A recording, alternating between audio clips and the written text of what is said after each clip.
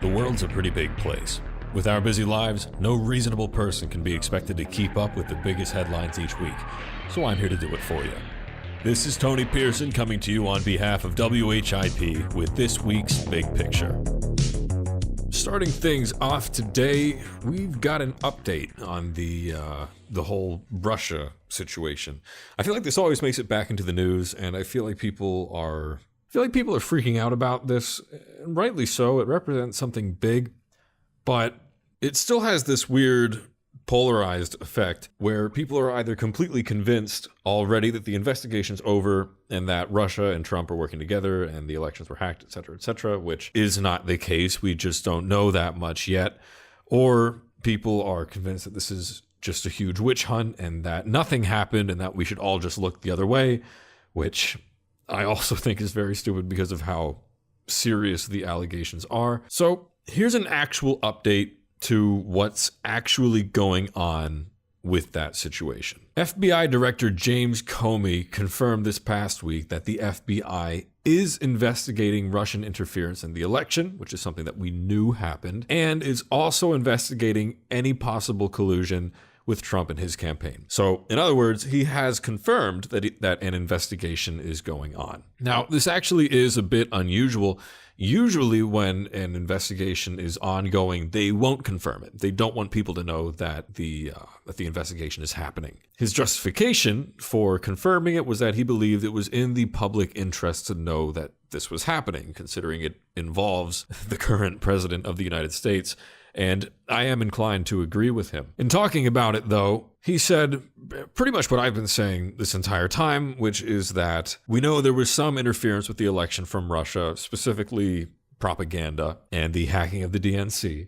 And we know that Trump has ties to Russia. That doesn't mean that having ties to Russia is illegal. But depending on what was discussed and what exactly happened with those ties, it could be. In fact, he says it best himself. I'm just going to read what he is quoted saying, and I quote, "Many of Trump's campaign personnel, including the president himself, have ties to Russia and Russian interests. This is, of course, no crime. On the other hand, if the Trump campaign or anybody associated with it aided or abetted the Russians, it would not only be a serious crime, it would also represent one of the most shocking betrayals of our democracy in history." Like I said, I tend to agree with him on this. Trump's interaction with Russia and Russian interests is not necessarily a crime, despite the fact that a lot of people seem to think it is. It's not. And the more you yell and scream about it, the less people will take you seriously when we get to discussing what would actually be a crime, which is why the FBI is investigating this. Because if they find out that a crime did take place, for example, that Putin was funding Trump, and that wasn't disclosed, that would be a big deal. Or even that Putin and Trump made a deal, that Trump maybe said, hey, Putin, if you hack the DNC and release this information, then we will back off on sanctions or something like that. If that happened, that would be a huge deal. That's why the FBI is investigating it. And on the topic of why this surveillance is happening, why it's got caught up in the first place, I do just want to say that there has been no proper evidence yet released to show that Trump has been specifically targeted and wiretapped like he claimed on Twitter. The reason why these phone calls and the like have been recorded is that we have always had surveillance on Russian communications. Always. Like we've been doing that since the Cold War. And Trump and some of his campaign members have been implicated in these things because they've been caught in that surveillance that already exists on the Russian outlet. I mean, geez, I could call up the Russians to start talking about this stuff, and if I somehow managed to get in touch with the Russian ambassador, I would be monitored too. That's how it works. Just saying that because right now there are a lot of these conspiracies going around. Oh my goodness, Trump is being monitored, stuff like that. I mean, he could be. In fact, if he is being monitored, it would probably be kept a secret, and for that to happen, the FBI would essentially have to be certain that he's committed a crime. That's how you get a warrant to tap a phone call like that. But in the context of what's going on right now, Trump is caught up in this stuff because he was talking to the Russians. Or I shouldn't say Trump is. Members of his campaign are caught up in this stuff because they were talking with people who've been under surveillance by the US government for the better part of like 50 years now. So I don't know why everyone's acting surprised, but that's what's going on. Moving on to a little bit of international news before we get on to what I think is the most important story on this week's episode. Hundreds of people have been arrested in Belarus after defying a ban on protests. This occurred last week in a country which is considered by many to be Europe's last outpost of tyranny, at least following the fall of the USSR. Belarus has been under the rule of President Alexander Lukashenko since 1994. He's essentially a dictator in the country. As a result, like many other dictatorships, protesting is illegal in the country unless it is sanctioned by the government or unless the government approves it, which they generally don't, which just means protests are effectively illegal. The specific thing that sparked these protests, and I shouldn't boil it down to just one point because I mean, it's practically a dictatorship over there. People have a lot of reasons to protest. The one that kind of caused these ones to boil over was a recent new tax, which applies to people when they've been unemployed for more than 6 months. It's a $230 tax meant to target people who are, quote unquote, leeching off the system, or at least that's how the Belarusian government described it. Like many other parts of the world, the economy isn't so great over there. There are a lot of people who are unemployed, and this tax is essentially a poor tax, which affects people who can't pay it to begin with. So this got people to actually start protesting, despite the fact that the protests are illegal. Because they're illegal, the protesters were surrounded, and then, well, the riot police tried to arrest all of them. People did escape, but it still resulted in hundreds of people being arrested. Those who resisted were beaten in some cases. It's all around just a kind of a sad situation over there. This, of course, is happening at the same time as a number of similar anti-corruption protests in Russia, which is a country that is also famous for rampant corruption. Although, believe it or not, Russia is not quite as much of a dictatorship type thing as Belarus generally is. It's not a dictatorship on paper, but that's kind of how it works in practice over there. This isn't getting much media coverage because the governments are doing everything they can to kind of stamp that out, but this is being reported on by the BBC and others. So it's worth remembering that these countries, which of course here in the US we have completely different issues with them, which I was just discussing, it's important to remember that these issues are not resolved right now, that these countries are, in a lot of cases, corrupt and tyrannical, especially towards their own people. This is what we're dealing with. So if you want to buddy up to these countries, just because some people in our own leadership seem like they kind of want to buddy up to them, just remember who you're dealing with. I know so many people who seem to think now that they're being especially demonized on the left here in the United States because of the recent election, that maybe Russia's not that bad and maybe they're this counter movement to whatever the rest of this global movement is. No, that's not the case. They are still a very corrupt and dangerous government, and we've had problems with them for the past 50 years for a good reason. Doesn't mean we've been the good guys. We definitely haven't always. But the tyranny over there is real. Sorry. Now, on to the big thing I want to talk about today. A morgue in Ohio had to rent a cold storage trailer on Friday when it ran out of space for the dead. The cause of all these dead people? Overdose. In fact, Ohio recorded about 10 times more deaths from overdoses recently, in 2015, in fact, than it did just 10 years earlier. In fact, on average, 91 Americans die every day from opioids in particular. In case you're not getting the hint, I'm about to talk about the opioid epidemic that's currently striking the U.S. The United States is dealing with the biggest drug-related epidemic actually in its history from opioids, which are painkillers. Now, for killing pain, these drugs absolutely are indispensable. They work by targeting dopamine receptors in your brain. They cause euphoria. They kill pain. I mean, you know, if you've got a hole in you, if you've just been in a car accident or just got out of surgery, these are the drugs you need to deal with your pain. The problem is that over the course of our country's history, these drugs have not been exclusively used for that kind of pain, or they've been used longer term, or they've been overprescribed. And these are drugs that you can't just mess around with. Unlike weed, for example, which funny enough is illegal across the board and opioids aren't. With weed, you can use that kind of a drug long term. And while you can definitely get addicted to it, the longer term effects are much less acute and, well, immediately deadly. That's actually how a lot of drugs are. They are dangerous if you abuse them. In some cases, they can be, you can die right away if you abuse them way too much. I mean, you can do that with Tylenol. It's actually funny because you can't do that with weed. But with opiates, it is very, very easy to get addicted. It is very, very easy to abuse these drugs. And it's also very, very easy to use them and die that day. They can stop your heart. So because this is such a big deal, I want to talk about the history of opiates, especially here in America first.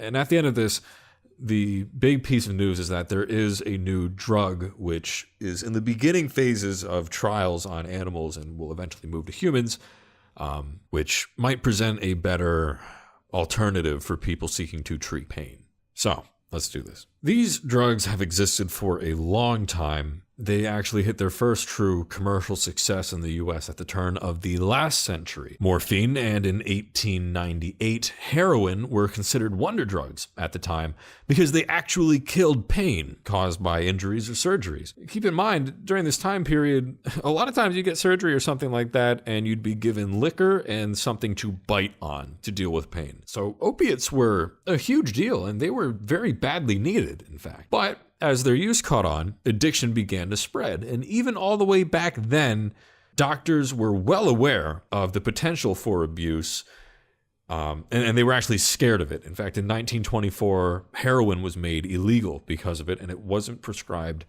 very often. At this point, I do want to say these drugs are addictive just because of the euphoria that they cause. Dopamine in the brain is the chemical that's essentially used for risk-reward functions, in addition to a bunch of other different things. When you have sex, when you win something, when you eat food, pretty much anything that feels good, that releases dopamine in your brain. And these drugs just kind of release a whole bunch for no reason. That's why they're so popular with abuse. People who shoot heroin, for example, I've actually spoken with a few, they describe it as the single best possible feeling experience. And this is obviously not meant to condone it. This is actually why it scares me so much. I've been told by these people that once you do that, everything else in your life just pales in comparison to the good feelings that come from doing heroin. Now, of course, this is a problem because then for the rest of your life, nothing feels as good as doing heroin did. And it gets people to keep going back. Now, with drugs that are less extreme than heroin, it's just euphoria. And that euphoria is what keeps people coming back. So anyway, scientists and doctors saw this back in the 1920s. They were well aware of this. And because of that, these drugs were only moderately popular until, let's make a big jump into the 1970s and 80s, some major pushes began to bring pain management and opiates back into a primary area of concern. This was because as surgeries got more complicated, as pain became more of a big deal, and as people in the developed world just had more access to money in these medications, pain management really just was something that was more important. I mean, why be in pain if you don't have to be? And from a simple, does it work perspective, opiates are the best drugs we've got. They still are. They just work. They kill the pain. So they began to see more use, with drugs like Percocet being prescribed more often. The problem didn't get really big, though, until the year I was born, actually. Now, for this next part, I'm going to be using a timeline from CNN titled Opioid History from Wonder Drug to Abuse Epidemic, simply because a lot of stuff happens really fast, and it's kind of sickening because it is one company that made this push, and, well, I'll just let the history speak for itself. Purdue Pharma, the company behind OxyContin, which is a drug I'm sure many of you are familiar with. I know I am. I've actually taken it before. Following a surgery, began testing this new opiate as a long-term painkiller in 1994, and then in 1996, it moved to the commercial market. In order to help these sales, in 1998, Purdue Pharma created a video called I Got My Life Back, and it followed 6 people suffering from chronic pain who were then treated with Oxycontin. The company also distributed 15,000 copies of the video to be used in physician waiting rooms as a checkout item for patients. The drug was essentially sold as this wonder drug. It was shown that patients using it don't wear out, they keep on working, they don't have serious side effects, and it tried to downplay the risks while kind of, lifting up those benefits, saying that these drugs are our best, strongest pain medications, and that they should be used because of it. It was said that less than 1% of the people prescribed these medications became addicted or showed problematic behavior, that they did not build tolerance, and that, in general, they were effective for long periods of time. The video, as far as advertising campaigns go, was a massive success, and opioid painkiller prescriptions jumped by 11 million the following year. Purdue continued to take out ads in medical journals in the early 2000s, and everything was looking good for them, except that all of those claims about the drug were either skewed or just wrong. The number of people prescribed opioids who end up with some kind of abusive behavior may be as high as like 26%. That's 1 in 4. The number that's below 1%, that's the number of people who die. That's 1 out of every 550 or so patients who start opioid therapy. And usually they die about 2.5 years after their first prescription, which, by the way, that's a really high number. You don't want to have that many people die from taking your medication. So it turns out opioids are extremely addictive. When you take them away, people will often chase them. It is very easy for an Oxycontin addiction to turn into a heroin addiction, because heroin, by all means, right now in the US is cheaper. We're now about 20 years after this Oxycontin push, and Dr. Tom Frieden, director of the CDC, essentially had this to say about opioids. We know of no other medication routinely used for non-fatal conditions that kills patients so frequently. So whatever happened to Purdue? Well, the company was eventually charged with misbranding its drug and downplaying the possibility of addiction. 3 of its executives did plead guilty, and the company eventually settled with the U.S. government for $635 million, which is really nothing because that company makes $20 billion a year off of Oxycontin. But you know what? Hey, I guess justice was served. So where does this leave us, the U.S.? Well, as I mentioned earlier, right now, on average, 91 Americans die every day from opioids. I've seen this in my personal life. I actually know multiple people who have died from heroin overdose, which heroin is usually the last stop for people on an opioid addiction. Heroin is the street drug. I know a number of people who've been overprescribed, myself included. I had a surgery, a very minor one on my neck. I mean, it wasn't minor. There were doctors in there. I had stitches and stuff like that. I was prescribed like a month's supply because, remember, in the late 90s and early 2000s, doctors were told by this company that this drug was safe when it wasn't. I know back in high school, I would see people on the football team get injured. And of course, you want to get them back in the game as fast as possible. So what would they do? They would hop them up on a bunch of opioids and send them back in. When the number of people who get addicted is 1 in 4, God, this is a huge issue. And that's why it's no wonder that when you're prescribing people serious opioids, like strong drugs for smaller issues, and you're prescribing them large amounts, and you're not telling them these kinds of risks, God, it's no wonder that this epidemic is going on. Anyway, so I've seen it. I knew people back in high school who were addicted to pills. I know people now who have either died since or who are now graduated from pills to heroin, and it's just unbelievable. So that's how this happened. That's how we are in the throes of this epidemic. It really is the worst drug-related epidemic we've seen in U.S. history. And it's actually funny because, I shouldn't even say it's funny, but it's ironic, I guess, that a lot of the chronic pain that opiates are used to treat, which, by the way, when you're treating opiates with chronic pain, or treating chronic pain with opiates, the longer people stay on these drugs, the more likely they are to become addicted. Tolerance builds over time. You need to take more to get the same effect. Opiates aren't good for chronic pain unless it's really, really bad. And I should mention that really, really, really bad pain, that is what opiates are actually for.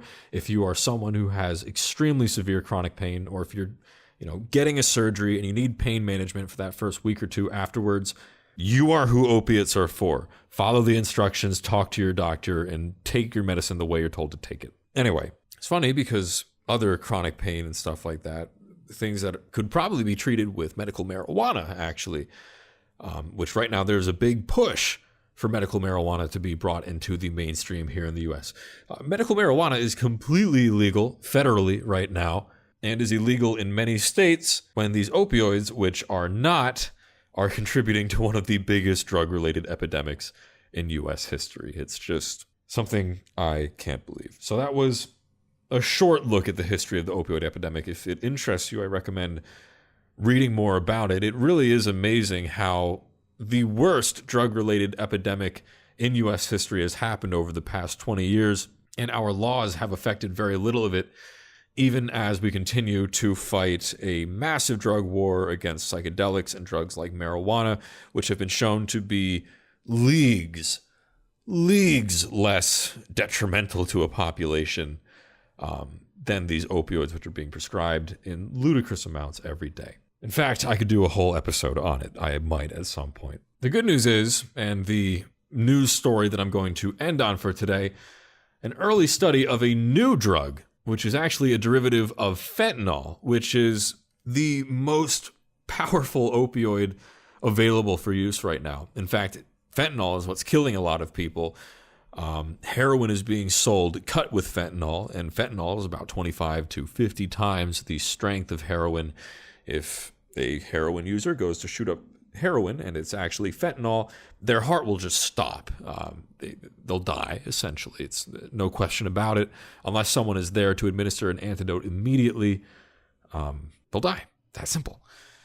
This new chemical derivative, though, uses changes in the pH or acidity of your body that occur when you get injured to target drug delivery to injured parts of your body.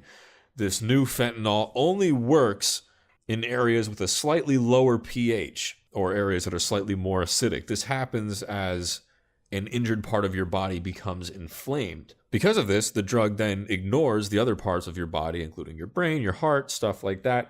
You don't get the high associated with opioids, which is part of what keeps people coming back. Overall, it is a much more effective and more targeted drug. It's also less dangerous because if you take too much of it, it won't affect your heart and your brain and stuff like that in the same way that regular opiates will, because it's targeted. It doesn't hit your whole body, it only hits where you need it. So this is a report that came this past surgery from Science, the journal, and this drug right now is currently being tested on rats. This is still an early trial for a very new drug, but it's looking promising. And I wanted to mention it because, one, if we found a drug that you could take for pain that essentially knocks out pain, no questions asked, and doesn't have all those bad side effects, that would be a miracle drug.